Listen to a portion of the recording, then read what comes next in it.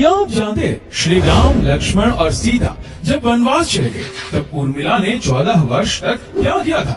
आखिर क्यों दिया था उर्मिला ने भगवान राम को इतना बड़ा श्राप, जिसकी वजह से श्री राम को सारी जिंदगी माता सीता के वियोग में जीना पड़ा? दोस्तों, रामायण में आज तक हमने श्री राम को देखा, लक्ष्मण को देखा, देवी सीता को जाना, हनुमान की भक्ति को जाना, रावण के ज्ञान को पहचाना, लेकिन कभी ये नहीं ध्यान दिया कि रामायण में अगर कोई सबसे अधिक उपेक्षित और अनदेखा पात्र था तो वो थी लक्ष्मण की पत्नी और माता सीता की बहन उर्मिला। दक्षिण भारत की राम कथा के अनुसार जब भगवान राम को वनवास मिला तो भगवान राम, माता सीता और लक्ष्मण वनवास की ओर जाने लगे तो उर्मिला ने भी साथ जाने के लिए कहा, लेकिन लक्ष्मण ने उन्हें अयोध्या में रहने का ही आदेश दे दिया। दोस्तों, राजा जनक की असीम सुंदरी कन्या और महाराज दशरथ की पुत्रवधू देवी उर्मिला माता सीता की ही छोटी बहन थी। उनका विवाह भगवान राम के अनुज लक्ष्मण के साथ हुआ था। राम के वनवास जाने के समय उर्मिला भी एक पतिव्रता स्त्री की तरह अपने पति लक्ष्मण जी के साथ जाना चाहती थी, लेकिन लक्ष्मण जी ने उन्हें ले जाने से इनकार कर दिया। उर्मिला ने बहुत मिन्नतें की, वो अपने पति की सेवा करना चाहती थी, पति के हर दुख सुख की साथी बनना चाहती थी, पर लक्ष्मण जी ने कर्तव्य और धर्म की दुहाई देकर देवी उर्मिला को वन जाने से रोक दिया। लक्ष्मण के मुताबिक मैं अपने भ्राता राम और भाभी सीता की सेवा करने के लिए जा रहा हूँ, मैं नहीं चाहता कि सेवा में कोई भी कमी रह जाए। कुछ इस तरह के उनके वचन थे। पौराणिक मान्यता के अनुसार शेषनाग के कई अवतारों का उल्लेख मिलता है, जिनमें राम के भाई लक्ष्मण और श्री कृष्ण के भाई बलराम मुख्य हैं। दोस्तों, रामायण अनुसार राजा दशरथ के तीसरे पुत्र थे लक्ष्मण। उनकी माता का नाम सुमित्रा था। लक्ष्मण के लिए राम ही माता पिता, गुरु, भाई और सब कुछ थे और उनकी आज्ञा का पालन ही इनका मुख्य धर्म था। वे उनके साथ सदा छाया की तरह रहते थे।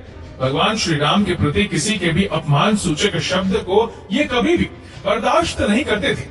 वास्तव में लक्ष्मण का वनवास राम के वनवास से भी अधिक महान है। 14 वर्ष पत्नी से दूर रहकर उन्होंने केवल राम की सेवा को ही अपने जीवन का ध्येय बनाया था। वाल्मीकि रामायण के अनुसार उर्मिला जनक नंदिनी सीता की छोटी बहन थी और सीता के विवाह के समय दशरथ और सुमित्रा के पुत्र लक्ष्मण को ब्याही गई थी। जब राम और सीता के साथ लक्ष्मण भी वनवास को जाने लगे तब पत्नी उर्मिला ने भी उनके साथ जाने की जिद की, परंतु लक्ष्मण ने उन्हें ये कहते मना कर दिया कि अयोध्या के राज्य को और माताओं को उनकी आवश्यकता है। उर्मिला के लिए ये बहुत कठिन समय था। ऐसे में जबकि वह नववधू थी और उसके दाम्पत्य जीवन की तो अभी शुरुआत ही हुई थी। लक्ष्मण के वनवास जाने के बाद उर्मिला के पिता अयोध्या आए और उर्मिला को मायके चलने का अनुरोध करने लगे ताकि माँ और सखियों के सानिध्य में उर्मिला का पति वियोग का दुख कुछ कम हो सके। परंतु उर्मिला ने अपने मायके मिथिला जाने से इनकार करते हुए कहा कि पति की आज्ञा अनुसार पति के परिजनों के साथ रहना और दुख में उनका साथ न छोड़ना ही सबसे बड़ा उसका धर्म है। ये उर्मिला का अखंड पतिव्रता धर्म था। जब लक्ष्मण जा रहे थे तब इस सबसे विकट क्षणों में भी उर्मिला आंसू न बहा सकी, क्योंकि उनके पति लक्ष्मण ने उनसे एक और वचन लिया था कि वह कभी आंसू न बहाएंगे, क्योंकि अगर वह अपने दुख में डूबी रहेंगी तो परिजनों का ख्याल नहीं रख पाएंगे। लेकिन मेरे प्यारे दोस्तों, अब सवाल ये उठता है कि लक्ष्मण अपनी पत्नी उर्मिला से 14 वर्ष तक दूर रहे तो उर्मिला ने इस दौरान क्या किया? इस संबंध में मान्यता पर आधारित एक कथा पढ़ने को मिलती है। इस कथा का वर्णन रामचरितमानस आदि में नहीं मिलता है। कथा ये है कि रावण के पुत्र मेघनाद को ये वरदान था कि जो व्यक्ति 14 वर्ष तक सोया न हो वही उसे हरा सकता है। हालांकि लक्ष्मण अपने भाई श्री राम और भाभी सीता की सुरक्षा और सेवा में इतने लगे रहे कि वे 14 वर्ष तक सो ही नहीं पाए। कथा अनुसार उनके बदले उर्मिला 14 वर्ष तक सोती रही। रावण के वध के बाद श्री राम, सीता और लक्ष्मण वापस अयोध्या लौट आए और वहाँ प्रभु श्री राम के राज तिलक की तैयारी होने लगी। उस समय लक्ष्मण जोर जोर से हंसने लगे। जब लक्ष्मण से इस हंसी का कारण पूछा तो उन्होंने जो कहा कि सारी उम्र उन्होंने इसी घड़ी का इंतजार किया था कि मैं अब श्री राम का राज तिलक होते हुए देखूंगा, लेकिन अब उन्हें निद्रा देवी को दिया गया वो वचन पूरा करना होगा जो उन्होंने वनवास जाने के पहले दिया था। दरअसल निद्रा देवी ने उनसे कहा था कि वह 14 वर्ष के लिए उन्हें परेशान नहीं करेंगी और उनकी पत्नी उर्मिला उनके स्थान पर सोएंगी। इंदिरा देवी ने उनकी ये बात एक शर्त पर मानी थी कि जैसे ही वह अयोध्या लौटेंगे उर्मिला की नींद टूट जाएगी और उन्हें सोना होगा। लक्ष्मण इस बात पर हंस रहे थे कि अब उन्हें सोना होगा और वह राम का राज तिलक नहीं देख पाएंगे। उनके स्थान पर उर्मिला ने यह रस्म देखी थी। लक्ष्मण के उर्मिला से अंगद और चंद्रकेतु नाम के 2 पुत्र तथा सोमदा नाम की एक पुत्री उत्पन्न हुई। अंगद ने अंगदियापुरी तथा चंद्रकेतु ने चंद्रकांतापुरी की स्थापना की थी। उर्मिला के पतिव्रता का बल। एक अन्य कथा अनुसार लक्ष्मण की विजय का मुख्य कारण उर्मिला का पतिव्रता धर्म माना जाता है। दोस्तों, मेघनाद के वध के बाद उनका शव श्री राम जी के युद्ध शिविर में रखा हुआ था। उस शव को मेघनाद की पत्नी सुलोचना लेने आई।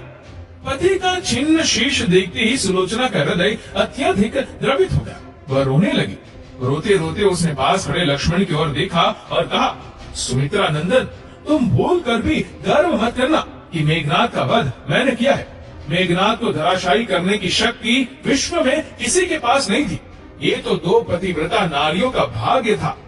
अब आप सोच में पड़ गए होंगे कि निद्रा देवी के प्रभाव में आकर अगर उर्मिला 14 साल तक सोती रही तो सास और अन्य परिजनों की सेवा करने का लक्ष्मण को किया वादा उन्होंने कैसे पूरा किया? तो दोस्तों, उत्तर ये है कि सीता माता ने अपना एक वरदान उर्मिला को दे दिया था। उस वरदान के अनुसार उर्मिला एक साथ 3 कार्य कर सकती थी। तो इस तरह उन्होंने अपना वादा पूरा किया। लक्ष्मण जी ने माँ बाप की सेवा करने के लिए उर्मिला को अयोध्या ही छोड़ना उचित समझा। उन्हें शायद पता था कि वो लोग जब वनवास जाएंगे तो उनके माता पिता को इसका गहरा सदमा लगेगा। इसलिए लक्ष्मण जी विकट क्षणों में माँ बाप को सहारा और सहानुभूति देने के लिए उर्मिला को छोड़कर वनवास चले गए। कुछ पौराणिक मान्यताओं के मुताबिक माना यह जाता है कि उर्मिला के उन नाजुक कंधों पर लक्ष्मण जी बहुत बड़ा दायित्व डालकर चले गए थे। किसी भी स्त्री के लिए विवाह उसके संपूर्ण होने की निशानी होती है। विवाहित जीवन के वो अनमोल पल, वो जीवन सरिता जो कोई भी नववधु अपने पति के साथ गुजारती है या गुजारना पसंद करती है, शायद वो पल उर्मिला के नसीब में नहीं थे। इस दुनिया की कोई भी नववधु अपने पति से कुछ समय के लिए दूर नहीं रह सकती। देवी उर्मिला अपने पति से 1 नहीं, 2 नहीं, बल्कि पूरे 14 साल अलग रही। भला किसी नवविवाहित स्त्री के लिए इससे बड़ा त्याग और समर्पण क्या हो सकता है? इसलिए इतने सारे त्याग, बलिदान और कष्ट सहने के बावजूद भी वचनों में बंधी देवी उर्मिला रामायण में नेपथ्य में रही। उर्मिला ने जो सहा शायद ही आज की कोई स्त्री ऐसा कर पाए।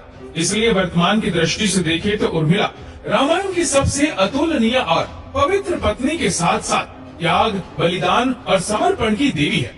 आज की पीढ़ी के लिए उर्मिला का व्यक्तित्व सबसे ज्यादा सम्माननीय और पूजनीय होना चाहिए।